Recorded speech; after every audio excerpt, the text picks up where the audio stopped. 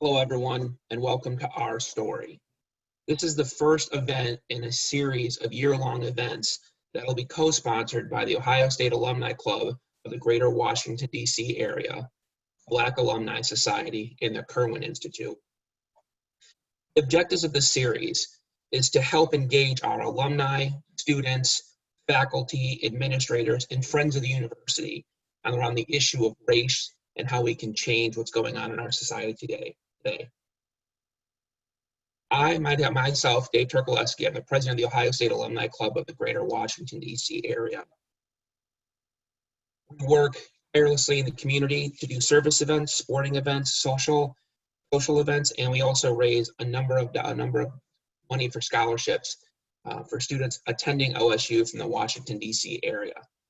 I'd like to introduce you next to Kim.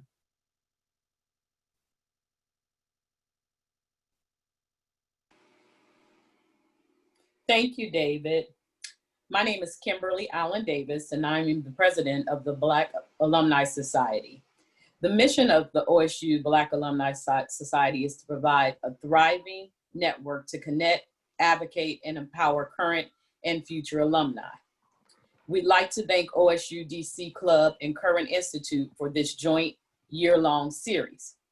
When this organization was formed almost 40 years ago, students were addressing some of the same issues that students face right now. So what we are hoping to express today, that as Black students, Black alumni, advocates for human rights, and citizens of this country, we have voices. Our story is important. So to say to those who say we have no rights to form in a manner to promote and support ourselves, we say wrong. This is America. When something is broken, we fix it. We Black citizens in America do not have to be grateful and leave our country. This is our country. Today we tell our story, and we hope it provides insight into our plight as students and advocates of change at The Ohio State University, and opens a new place in the hearts of those depriving others of their privileges and rights. We invite you to reprogram your thoughts and understand we are teaching a new generation how to make systematic changes that will be long-lasting and impactful to a group of people who have suffered long enough. We hope that you will tell your story, so please look for future opportunities to upload your information and share your story with others on our Facebook page. This panel are all graduates of The Ohio State University. I am blessed to introduce a young man with a wealth of knowledge and passion when it comes to Black America. Intelligent, passionate about our youth, Harvard Law graduate who fights every day for change. He is the senior legal analyst at the Kirwan Institute for the Study of Race and Ethnicity, and he has served on the Ohio State University Black Alumni Society for the last 4 years. Mr. Kyle Strickland. Thank you so much, Kim. Good evening, everyone. I'm so excited to be here to help introduce our wonderful panelists and our wonderful host. On behalf of the Kirwan Institute for the Study of Race and Ethnicity, we welcome you to this series. And as Kim and David just mentioned, this is really an ongoing conversation, especially in the moment we're in now. It's easy to think about having one-off training or one event or one engagement and being done with it. And not talking about it anymore because these issues are uncomfortable. These issues bring up a lot of emotion, a lot of tension, but we have to lean into it. Some say it's divisive for us to talk about these issues. I say that it's divisive for us not to talk about these issues because otherwise we are ignoring the lived experiences of so many in our community. At the Kirwan Institute, we look at issues of race and equity. We look at things like implicit bias, but also systemic racism and all the factors to see how we got here today and what it is that we're going to do moving forward. It requires all of us to play our role to know that we cannot be comfortable with the status quo. We have to have conversations about these issues, but we also have to take action. And so I'm so excited to welcome our host and moderator for the evening, Tracy Townsend. Tracy Townsend is Emmy Award-winning news anchor and medical correspondent at WBNS TV, CBS in Columbus, Ohio. She is also a graduate of The Ohio State University. Tracy reports on health issues affecting families, including breakthroughs and helpful strategies for families. And she is a member of the Association of Healthcare Journalists. In addition, she works with 10 TV Productions on Toward a Cancer-Free World, which is a weekly segment featuring the world-renowned experts at the Ohio State University Comprehensive Cancer Center, the James. Tracy hosts Face the State, a political affairs show on WBNS TV. Townsend and her team won several awards for their work, including the prestigious Walter Cronkite Award for Excellence in Television Political Journalism in 2013 for their voter education efforts. Townsend is a Cincinnati native and a graduate of The Ohio State University. And before joining WBNS TV, Tracy worked at WBBM TV in Chicago and KCTV in Kansas City and WKRC TV in Cincinnati. And she is also a 2017 Regional Edward R. Murrow Awards winner. Finally, Tracy is Susan G. Komen Columbus Affiliate Board Member. Additionally, she is an active graduate member of AKA Sorority Alpha Kappa Alpha Sorority Inc. Incorporated and president of the Columbus, Ohio chapter of the Links Incorporated, which is one of the nation's oldest and largest volunteer women's service organizations. Thank you so much and welcome, Tracy Townsend. Kyle, thank you so much for that introduction. I have really been a fan of yours, watching and reading and seeing your work. And so I'm really glad to finally meet you in this virtual space and really just want to encourage you to keep keeping on, as they say, because you are really doing some tremendous things over at Kirwan. I also want to say good evening to everyone and a big thank you to my friend, the OSU Black Alumni Society President Davis. And I want to thank you, Kimberly, for the invitation to be a part of what I think is going to be some great discussion tonight. It is, of course, right on time. And, you know, in my business, timing is everything. And of course, in light of today's breaking news and the continuing and developing story that we're watching out of Louisville, Kentucky, it is clear, friends, that more conversation is needed. And the time for that is now, because all of this conversation really must lead to some action, or as we heard John Lewis refer to it, some good trouble. And as we just heard Kyle mention, we need to lean in, we need to have these conversations, we need to do things that will move us toward change that's going to be systemic. So with that, I do want to seize the opportunity to introduce to you, present to others, this tremendous panel, this wealth of information and insight that you're going to be able to take advantage of this evening. We have with us Clark Kellogg, who many people know from CBS as a lead basketball analyst for CBS Sports, also an Ohio State University graduate. And so we're glad that Clark is with us tonight. You're going to hear more from him. You're going to hear from Charity Martin King, who is the Ohio State University Director of Social Change. We can't wait to hear from her. I'm going to date myself. I'm an '88 graduate, and I don't remember a director of change. So I think that sounds like a really great office, and we can't wait to hear what Charity is going to talk about in terms of social change. David Turkaleski is here. He is the OSUDC president, and so he's going to be joining us too, as well as Jevon Collins, the OSU BAS vice president. So we thank all of you for being here. I want to just go ahead and start, just really get some perspective from our panelists on your experience at Ohio State and how the role that race played in your experience. And we're going to start with you, Clark. Welcome.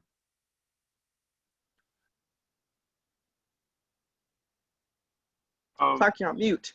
I know, I just realized that I hadn't pushed my unmute button. I am now with you, and thank you so much for being here and serving as our moderator and host this evening, and the other panelists. Great to be with you. As you mentioned in the introduction, my background and experience and association with Ohio State was through the game of basketball. I was a scholarship student athlete that enrolled at Ohio State back in 1979. I grew up in Cleveland, went to a predominantly all-white male Catholic high school, Cleveland St. Joe's, and matriculated here to Ohio State in 1979. And for me, race and in the world of sports, particularly as I think back to being a 17, 18-year-old freshman, race wasn't on the radar screen in the way that it is now. There wasn't really a current of racial tension that I recall during that time in my own personal experience. Clearly, you are always conscious of race and how people respond to you, certainly of the majority population because you are Black. But in terms of tension or any type of discomfort, I didn't experience that. Clearly in the world of sports and in most other worlds, when you have a fraternity of relationships that are based on who you are and what you bring of value to the group, which was the case in basketball, there were not any issues around racial disharmony, even though our team was comprised of mostly Black players, but it was probably 65% Black and 35% white players during the time that I played. So I don't recall any issues other than the excitement I had at being able to get my education paid for at a great institution, being part of the city of Columbus and interacting with my teammates, focusing on bringing out the best in each other. And I felt that was the case even as I matriculated through my classes as well. When you're 6'8", and you're a scholarship basketball player, people recognize you and know who you are, your classmates, the faculty. But I never felt anything but appreciation. And there is a bit of a cocoon effect for athletes. There is a bit of a bubble type of existence. I couldn't describe it as that then, but through hindsight, you realize that oftentimes, even if there is some discomfort with race, it can be camouflaged in the bubble and the paradigm of sports. And so my experience was positive, and no real issues other than gratitude and being part of a basketball team and a student body that there wasn't much tension at the time when I was at Ohio State. All right, Clark, thank you for that. We're going to circle back as the discussion continues tonight. We're going to turn now to Charity Martin-King.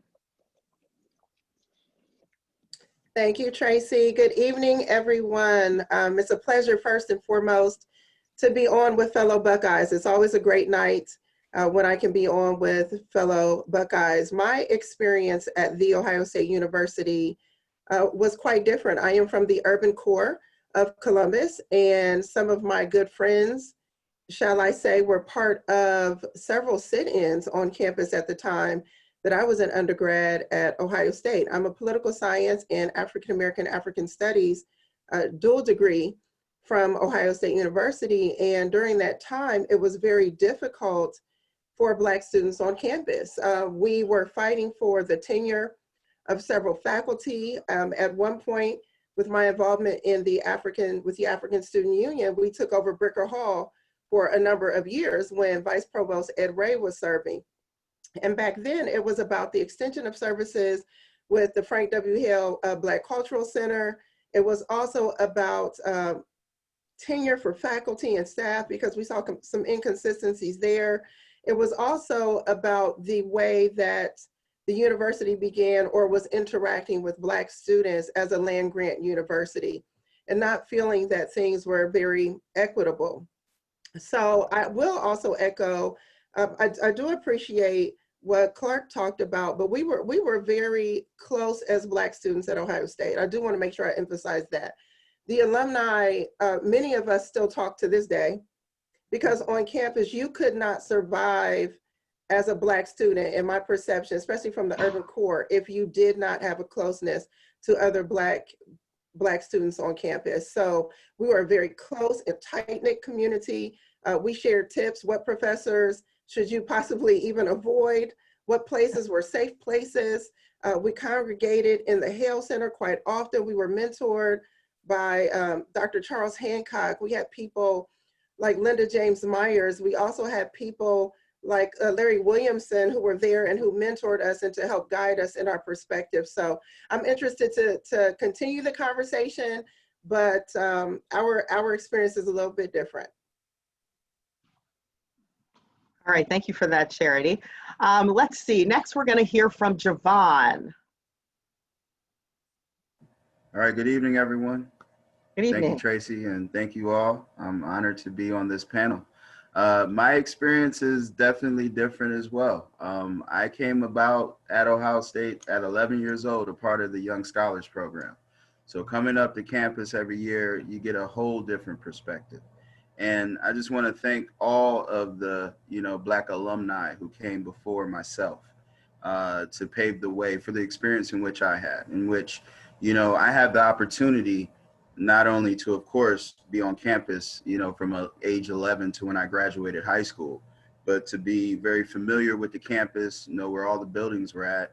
It was a great time. But at the same time, when we were coming up in Young Scholars, you could tell, sometimes you get a look here and there, but at the same time, I think everyone was proud that there was a young group of Buckeyes coming up. So, as a young scholar, we didn't face it. We, just like what Clark said, it wasn't like a bubble, but we just had our own community. And as a young scholar, I am in contact with a lot of the alumni, and we have so many great memories to share. We grew up together. We grew up as Buckeyes. And when I, made it to Ohio State, the experience was about the same. We had the Hale Center, but at the same time, there were, the sit-ins and a lot of political things going on. During my class, you see the Ohio Union had changed, but some people can probably remember that the Union was segregated in a sense where the students sat. So, and just, things of that nature. But when I started working at the Wexner Center for the Arts, it allowed me to kind of broaden my horizon at Ohio State. So I didn't just, I went to the Hale Center, I would be there from time to time, but I grew to have, friendships and students from all different backgrounds. My senior year, I lived with a Jewish person, a Jewish guy, a Brazilian guy, and 2 Caucasian guys. So essentially, I got the full experience at Ohio State. But it was, some tension at times, but overall, I mean, I wouldn't change it for the world. Thank you, Jevon. David, let's hear from you. Yeah, well, thank you, everyone. Again, it's a pleasure to be on this panel. And my experience is obviously going to be a little bit different than most of the folks here on this panel. But for me, I kind of look at it at twofold, more of a macro and a micro.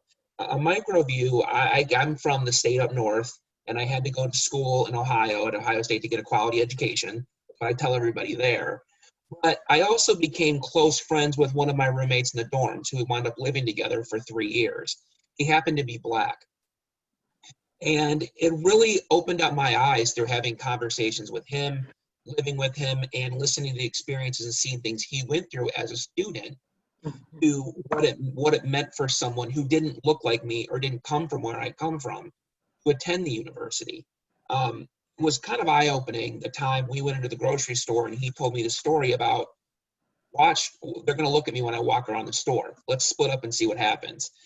And watching it happen, and it happened. And I watched it happen multiple times as we went places together over the time we lived with one another. Also experiences about dealing with the African American Heritage Festival and the terms that were used on campus. Jevon and I had conversations about this, that in the white community it was referred to as blackout, and then Jevon was saying in the Black community it's referred to as white flight.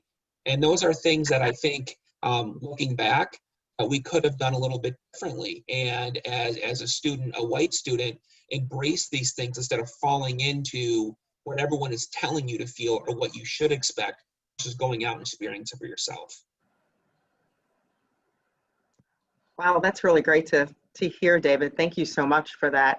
I will only add to the discussion. I came from Cincinnati. I was a minority scholar back in the days when it was called the Office of Minority Affairs. I came from a very suburban environment. And so this was really the first time, being away from home. But at that time, when I was in school at Ohio State, the minority population was very small. And there was that sort of feel that we hear about happening or taking place at HBCUs, and that there was just this rule that, if you were on campus and you were going to your class and you saw another Black person, you absolutely spoke to them, because you could go for days without seeing another person who looked like you, depending on who your roommate was or what dorm you lived in. And so I do remember that. And you guys were talking about the Hale Center. That was a dream when I was in school. So, when I came back to Columbus several years ago. I was really glad to see some of those developments. But, my experience there was, I think, really good because in addition to obviously getting my degree there, I was an RA for 2 years. And so that really puts you in the middle of some things and exposes you to people who, for instance, I had never met a white person who'd not met a Black person, and I'd never met Black kids who didn't have white people in their school. So I learned quite a bit while I was there at Ohio State, in addition to, my academic classes. So I think these kinds of conversations are really good because these are kinds of conversations that really only happen in select dorm rooms that, late at night when you should be studying, or perhaps when you got off course with your studies. But, I think all in all, it was a great place to earn my degree and a great place to call home for the time I was there. I really would like to also have us have a discussion briefly about what you would like to see changed at Ohio State and within our communities. And I'm not going to call on you. You guys can just jump in and we can talk about that. Where are the opportunities? Because we see what's happening in the headlines and we see what's happening on campus. So I'm just going to toss that out there. Where are we? What would you like to see happen? Tracy, if you wouldn't mind, I'd like to share and maybe just tell a little bit about things I'd like to see. From my perspective, I've always viewed myself as someone who didn't have an issue with race.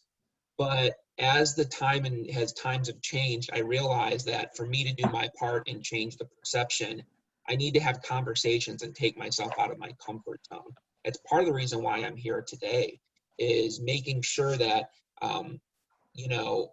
myself, but also people like me in my community are going to stand up and say things when they see things are going wrong, instead of being quiet or just thinking to myself, well, I'm not that way. That guy's he's the problem, not me. I think it's going to take more people that look like me and think like me to stand up and say things vocally about the issues we're facing in society, and let it be known that it's not okay to say the things or act the way we've been doing for years, even though we don't view ourselves as part of the problem.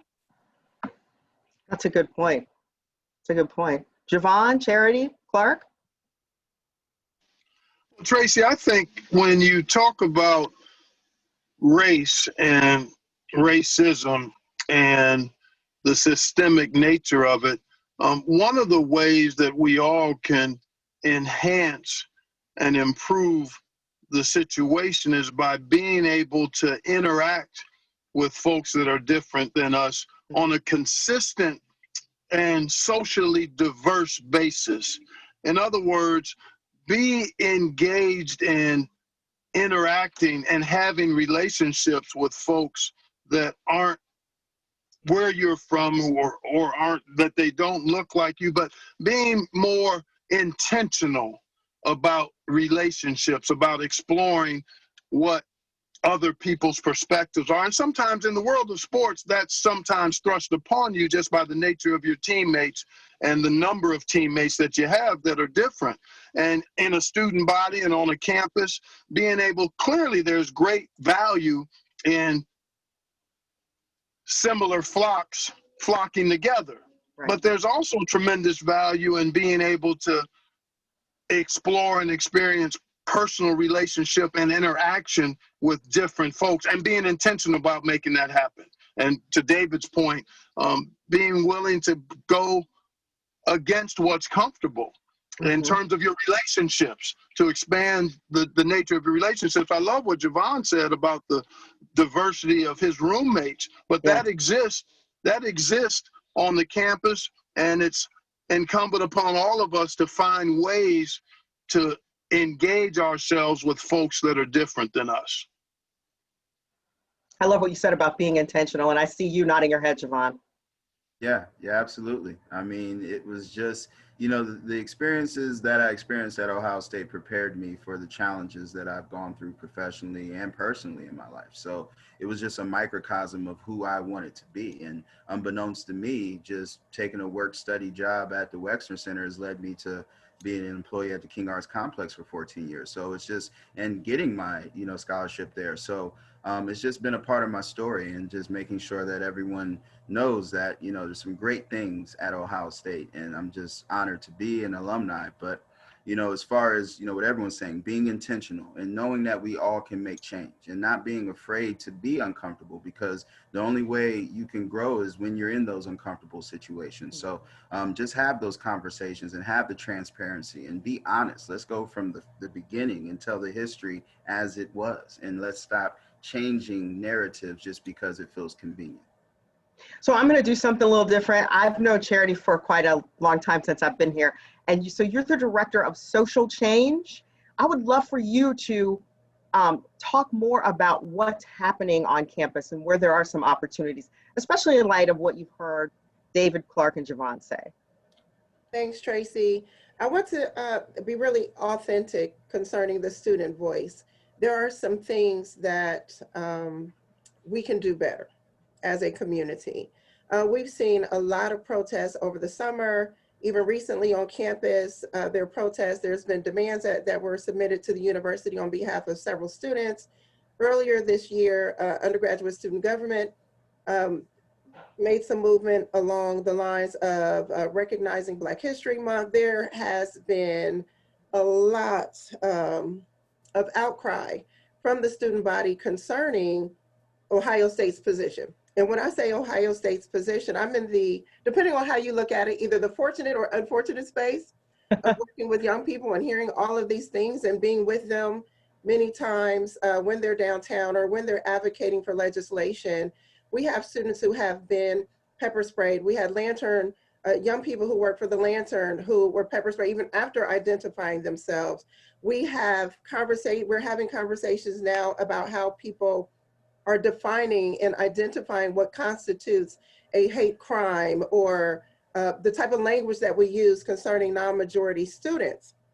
What is important is that we not only create safe spaces for students, but that we give them the opportunity in their learning experience that we give them the opportunity to agitate. Because when you agitate, how else will we come clean? Right? Because if I put something in the washer, there's a little bit of that agitation, and we want them to be safe. The expectation from the student body, what I have seen a lot of times from mobilizers and activists, is they want Ohio State to have a forward-facing perspective and take the lead on racial and social justice and social change issues. They expect Ohio State to be the leader. As a powerhouse in the Big Ten, a powerhouse in the state of Ohio, they're looking for a clear message concerning policing in the city of Columbus. On campus relationships with positions of authority, with cultural diversity or equity issues on campus, and that is necessary for us to move forward as a university, because I would be remiss if I didn't highlight the fact that there are students who expect Ohio State to be a leader and take a more clear position. Because I know my students are tuning in, and I said bluntly before this discussion that is the hat that I would wear. We don't speak for our students, but I wanted to make sure that that was highlighted, Tracy. Are there some key issues? I mean, you've highlighted a couple of the things that have happened. I mean, I remember Channel 10 reporting on the Lantern students. Of course, we, as journalists, we felt some affinity to that happening. But are there some key issues that the students feel like the university must speak out on as a leader in their view in the state? Many of them, because I spoke to them before this call, wanted particular emphasis on policing and the university's perspective on policing and the allocation of resources toward policing. And that there must be a look at the contractual obligation to how much funds are spent toward policing entities. Because especially seeing what we saw today with the results of the Breonna Taylor, the case with Breonna Taylor, and I want to say her name again, Breonna Taylor, they want the university to look at the funding concerning the police and to take a more hardline stance on that conversation and to have some forward movement. They do. Are there people on staff, faculty at OSU who are hearing these conversations taking I mean, for instance, the chief of police at Ohio State, a Black woman? Yeah, she has been very involved in the conversation. The students know her, and the issue largely has not necessarily been with on-campus policing, but what's happening in the city, because we're a large partner. The university is a large partner. And when you think about the dollars that Ohio State brings to the economics of the city of Columbus, they are a major player. And because you're a major player, the pressure comes from the students, of which pay their tuition, for that major player to take a more hardline stance. So those discussions are ongoing, and until I think that happens, we will continue to see students use their voices, as well they should. As well they should. It's their education and it's their experience. Well, it's interesting as we move the conversation along that you're talking about campus. I have to think that because, you know, Ohio State is such a big part of this community, you all might have some thoughts on some things that can be changed in our community, in the city of Columbus and Central Ohio. Anybody want to talk about that?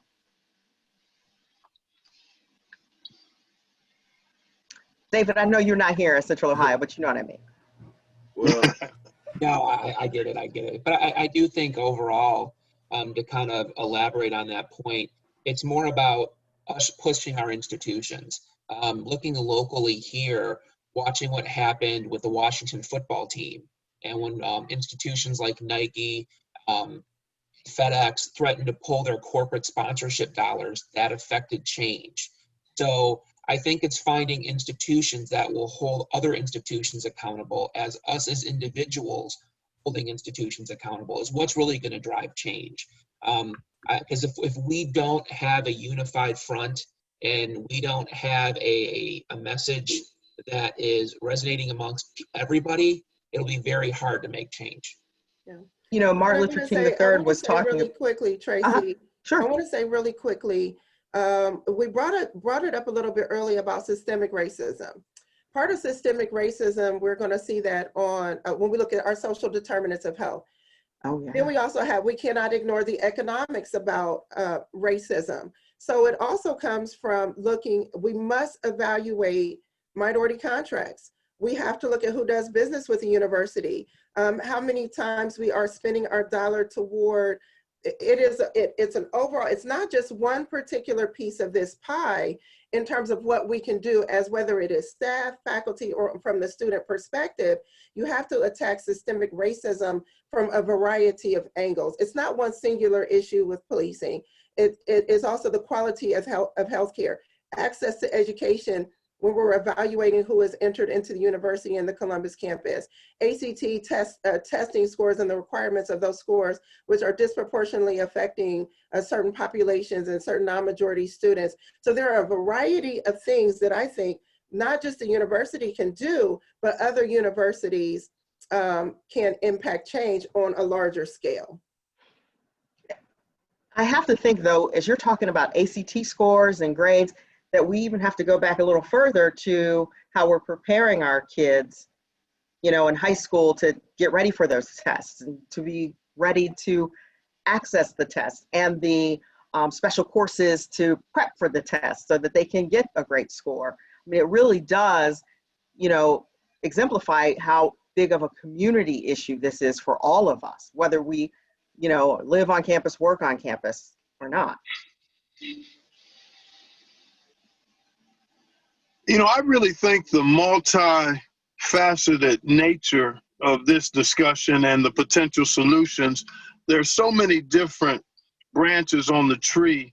And one of the things that we have to be cognizant of and attempting to do is to home in on a couple of areas where we might, as a group, as a student body population, as an institution, bring leverage to bear in bringing about change, first by understanding what areas really need to be changed. In the area of police reform, we know accountability for wayward officers is really important. That has not been what it needs to be. We also know the funding component is something that can be looked at. But there's also an element of how the police unions in many cases are lobbying for some of the things that the community doesn't care for that police use in their systems and processes.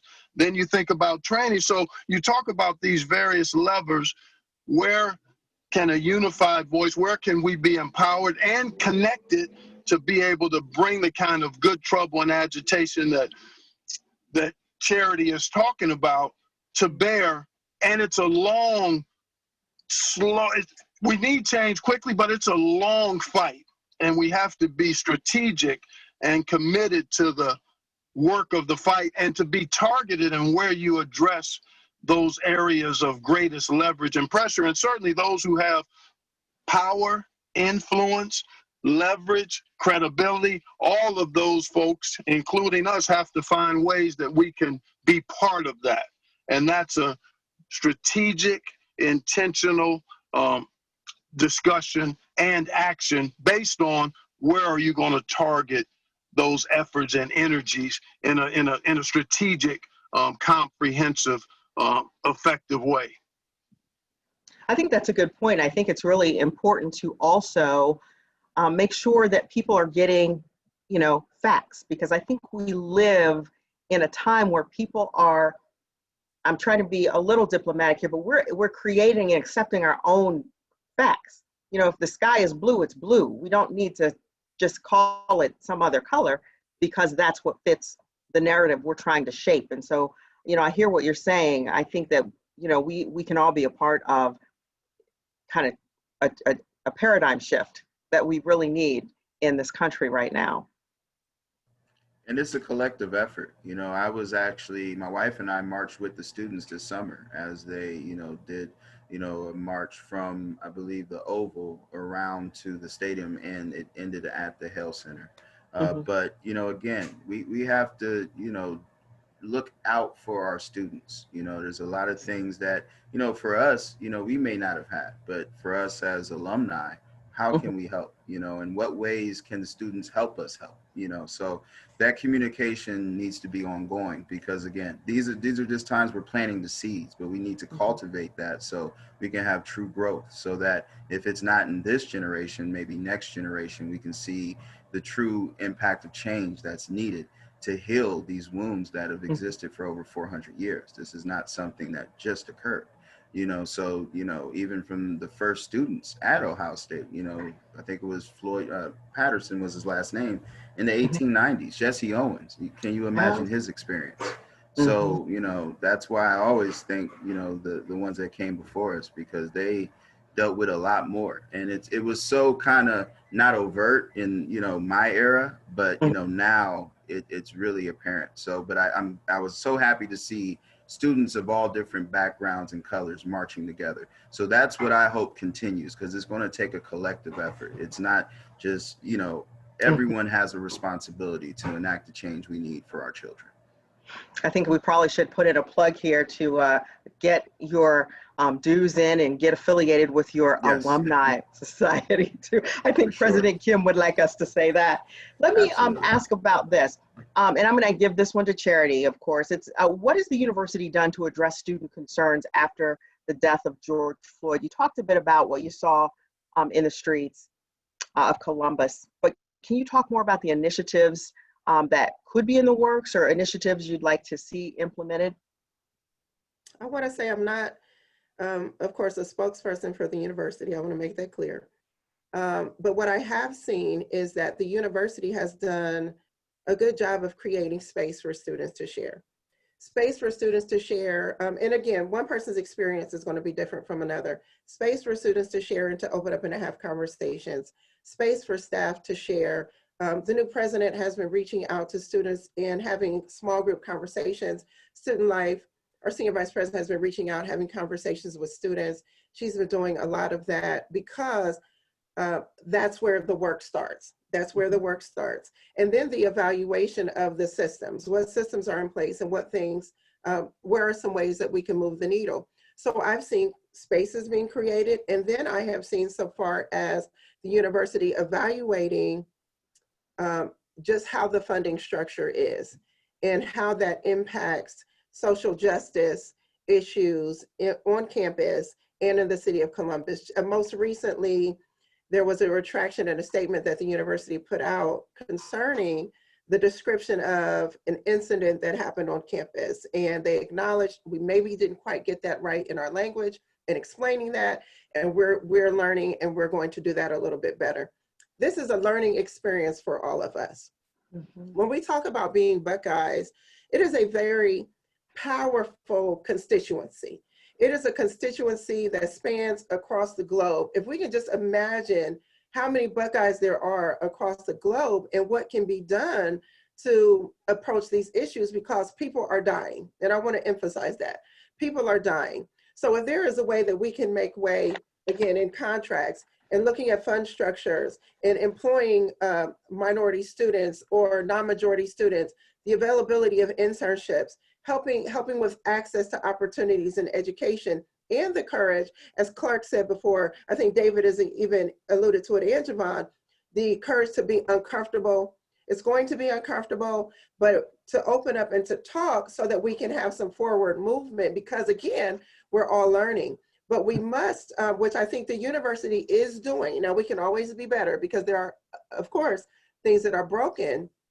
We are having the discussion, and there is a willingness, I believe, to approach the issues in a way that is transparent and non-assuming, because the student voice is the one that must be reaffirmed, and reaffirmed often, because it is their education, it's not ours, and they're mobilizing everywhere. It's their education, it's their experience, and not ours. You had all of us, even you, Tracy, we graduated, we attended The Ohio State University in different times.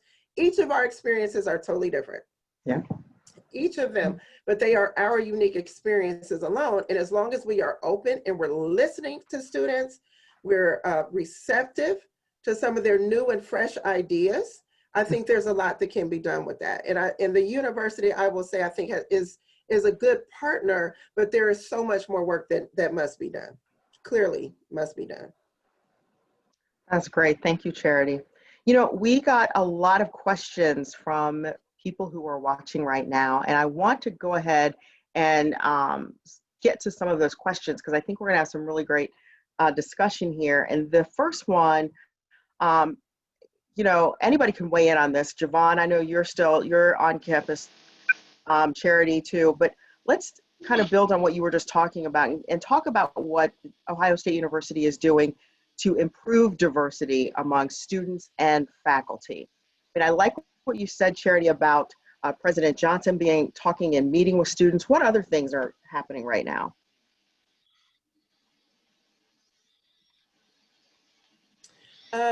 It's a little bit interesting now because there aren't as many large-scale group gatherings that we can do on campus. So that Corona. Correct. So that changes how things are done. The flip side of that is, and I'm sure Kyle can speak to this as well as Jevon, the flip side of that is you will see a lot of smaller pockets of circles and seating arrangements in the Ohio Union.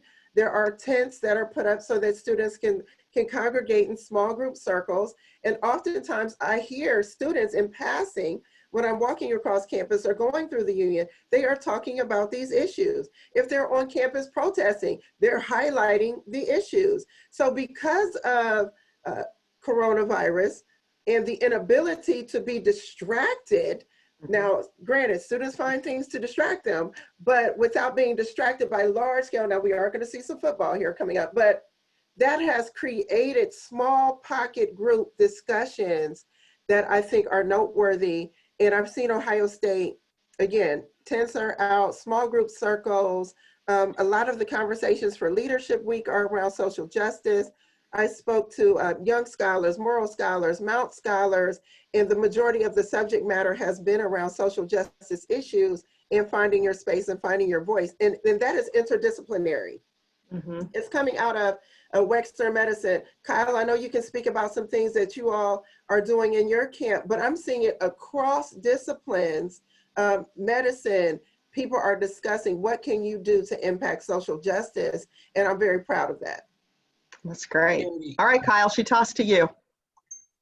Yeah, well, Charity's laid it all out, but you're exactly right. People are ready to talk about these issues, and they recognize that this can't just be a trend type of thing. What we saw over the summer, we saw so much support and people all across the country coming together to talk about these issues. And the question is always, how long is this going to last? Because there will always be people who say, well, let's move on to the next topic. Here's the thing.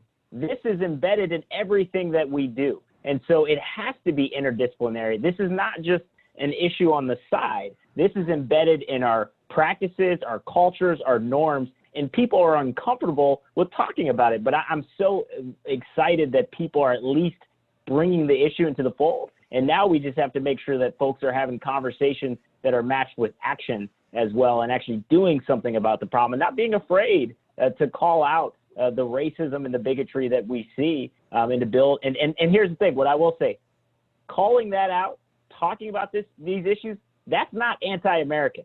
That is a patriotic thing you can do to not just pave over our ugly history and instead to talk about how can we build towards a more perfect country and a more perfect place. That is a thing we all have to do. Say that again for the people in the back. I'll make it very clear, just so it's recorded. Talking about our history, our legacy of discrimination, racism, those things are not un-American. This is about talking about our history and what we can do better. That is about progress and bringing us together. Don't be fooled by that type of rhetoric. We have to come together, and the way to do that is to talk about the hard things to get to a better place. And Tracy and Kyle, I just want to bring up one point that's very unique to us as the alumni clubs and alumni societies. OSUDC has done a lot of work over the past few years to promote diversity. We've held events at the African American History Museum.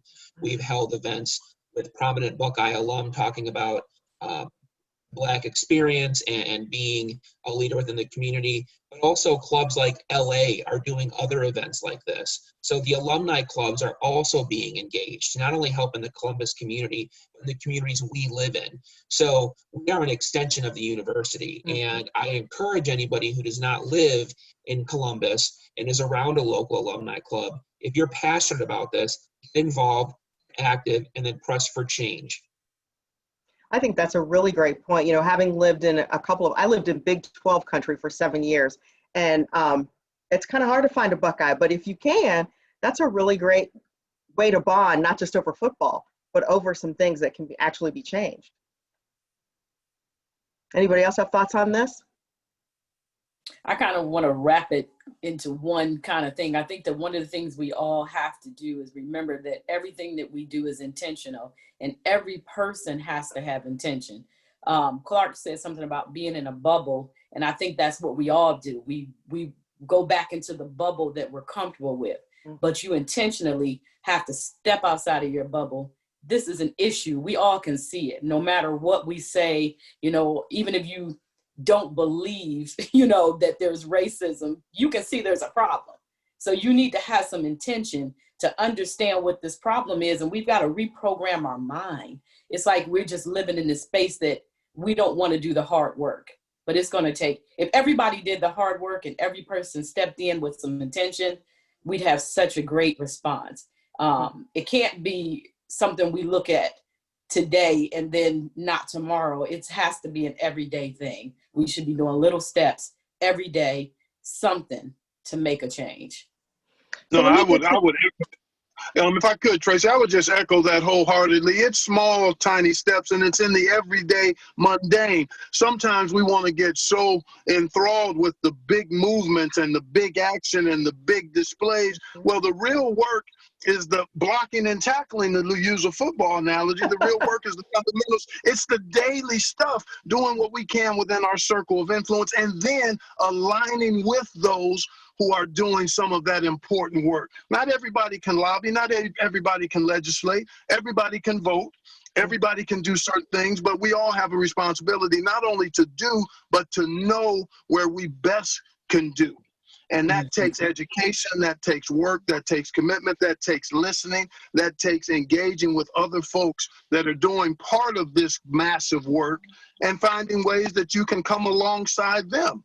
and be supportive of our students as they advocate and agitate? How can we continue to give them empowerment and education and information and some of our wisdom and come alongside them, and then put pressure through aligning with these different folks on the institutions and those in power and places of influence to begin to slowly but surely, the wheels of justice grind slow but sure, and we have to be committed to that slow, sure, steady work to the degree that we can do it in our own circles of influence. I'm glad you added that, Clark, because there is a question that really, it speaks to that, and it really asks us to drill down. It says, how can current students, alumni, administration, and faculty assist in eradicating systemic racism within OSU and beyond? So people are looking for some answers from this illustrious panel. So what are some ideas? Let's brainstorm. If you wouldn't mind, I would like to speak to the alumni engagement piece of it. Again, it's getting involved with your local alumni clubs, your societies, the things that you're passionate about, and using your ability to leverage the university to make change. The university has been very supportive of everything we've done in the Washington, D.C. club, whether it refers to LGBTQ rights, whether it's diversity, whether it's Black Lives Matter movement. They've been very supportive of it.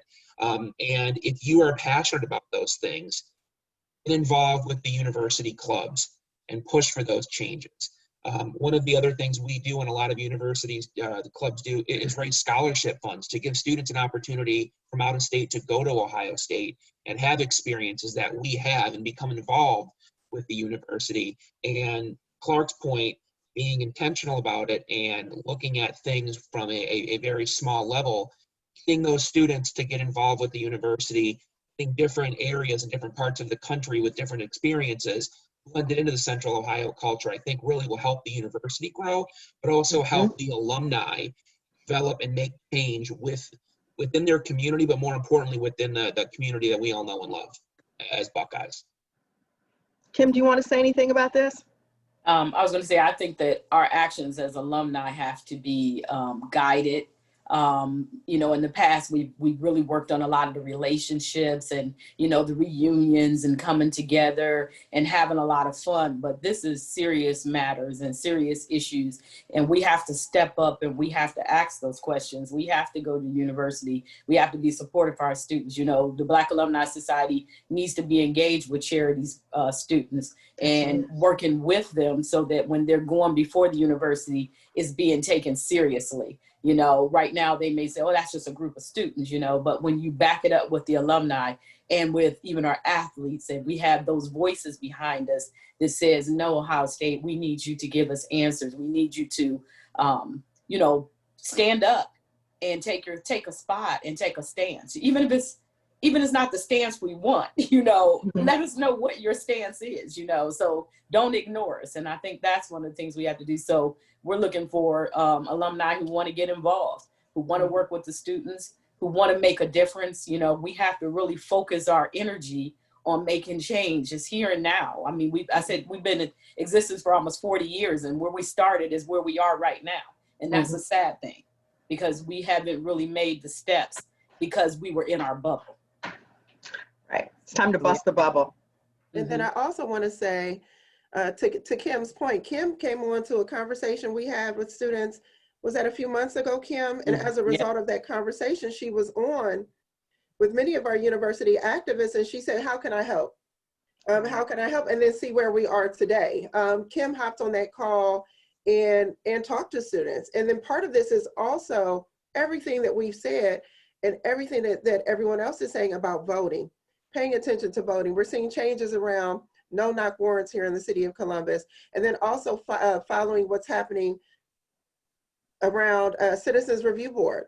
Okay, that has to get, we have to pass that here in Columbus about some sort of citizen review board when it comes to evaluating and investigating impropriety by the police department. So it's more than the conversation, it's the making the valuable connections, getting stronger voices behind students and activists or mobilizers, human beings, because it's a humanity issue. And then that step further of voting and following the legislation and paying attention to what's happening. We've got to exercise our points and our in particular levels of responsibility so that we can impact change in a larger scale. Can I ask this other question? It comes from somebody who's registered, obviously, for this discussion, and they're talking about microaggressions being divisive and often a subtle component of systemic racism. And their question says, how do we effectively address this issue? And they want to know how you handle microaggressions in your organization or workspace.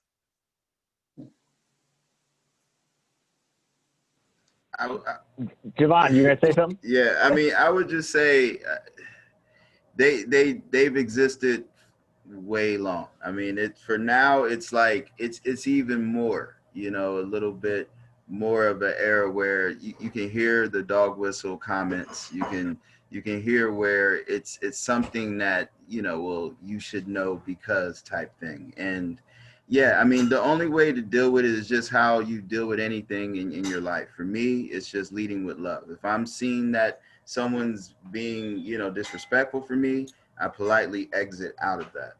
But just taking note, because I mean, when those things can quickly escalate, it leads to something that, you know, could hopefully, it could lead to something that prevents that growth that's needed in understanding and respect. So just lead with the respect and love, and you know, sometimes you got to check people and let them know how you really feel.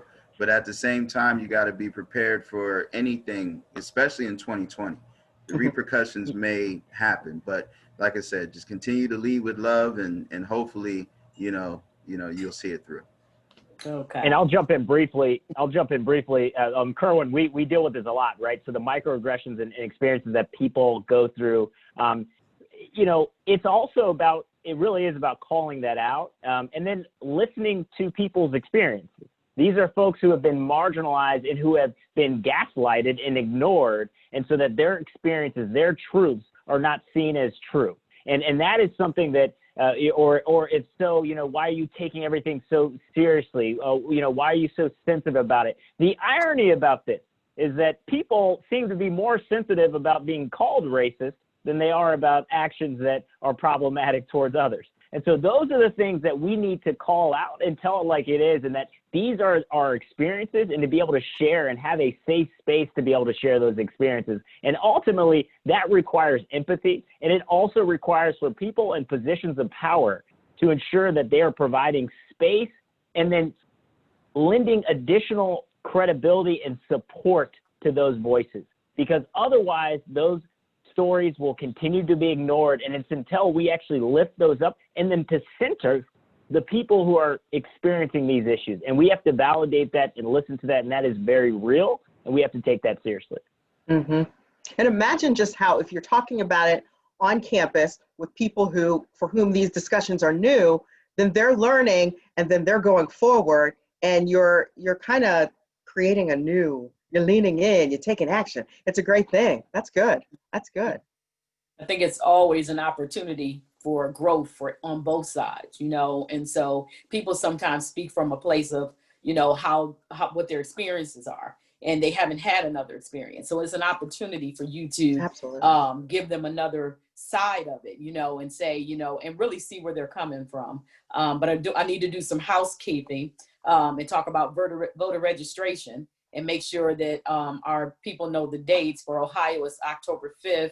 You have to be, I think that's when voter registration ends. And then in DC and Maryland and Virginia, it's October 13th. So make sure you get registered to vote. Your voice is critical. It is the only way you get to speak up and make a change. Because you can go and you can legislate, you can go down there and you can talk, but if you don't register, you can't, your vote doesn't count. Your voice is not counting. And a point to that, thank you so much, Kim. One point to point out, something that Ohio State can do. The president of Ohio State, Student Life, everyone at Ohio State should be sending out emails about voter registration and updating voter registration to the students. This shouldn't just be a side effort that is only left to OSU votes to do. We need to make sure that this is coming down from senior leadership multiple times. They can send this out right now to check to make sure that folks are registered to vote. That is action. Those are the types of steps that we need to take. We have to be proactive in these efforts, and we can't expect everyone to kind of find these things, especially students moving and all sorts of things like that. So I really encourage the university to really take an active step in doing that. And if I could just add, as somebody who covers politics, vote in every election, not just the presidential election. Vote every time. Absolutely. Hey, one other thing, because we have Clark Kellogg. Did y'all know Clark Kellogg was on this panel? There was a question that came in for him concerning social justice and athletics. And it says, do athletes have a responsibility to advocate for human rights issues? I think we all do, Tracy, quite honestly. And clearly those who have positions of greater influence have greater responsibility. And we know how highly esteemed sports are in this country and around the world. Clearly, we all have a responsibility to leave places better than we found them, to contribute to the greater good in the most ways that we can, and to do that consistently. And athletes certainly have a responsibility to use their voice, their resources, their time, talent, and treasure to try to make the world better, particularly as it relates to social justice and human rights issues. But we all have that responsibility, clearly. Thank you so much, Clark. You know, we watch you in our house because we love sports up in this house. And it's just always great to see you. So we had to ask that. So I'm glad the person submitted that. I do want to just say to everybody who submitted a question, thank you so much for your participation and for submitting those questions. Let's give a big virtual round of applause to everybody who joined us, all of these wonderful panelists with their varying experiences and great insights into the actions, the conversations that we are supposed to be having, that we must have. So thank you so much for that. And I would like to say as we close that on behalf of OSUDC, OSU BAS, and the Kirwan Institute, we really appreciate you for attending tonight. Our story is so important and you are helping as we write that. This recording is going to be made available on the OSUDC YouTube channel pretty shortly, and then it can be shared via social media. That's really part of the conversation and an example of some change. Perhaps we'll inspire some other OSU Alumni Clubs to do something similar.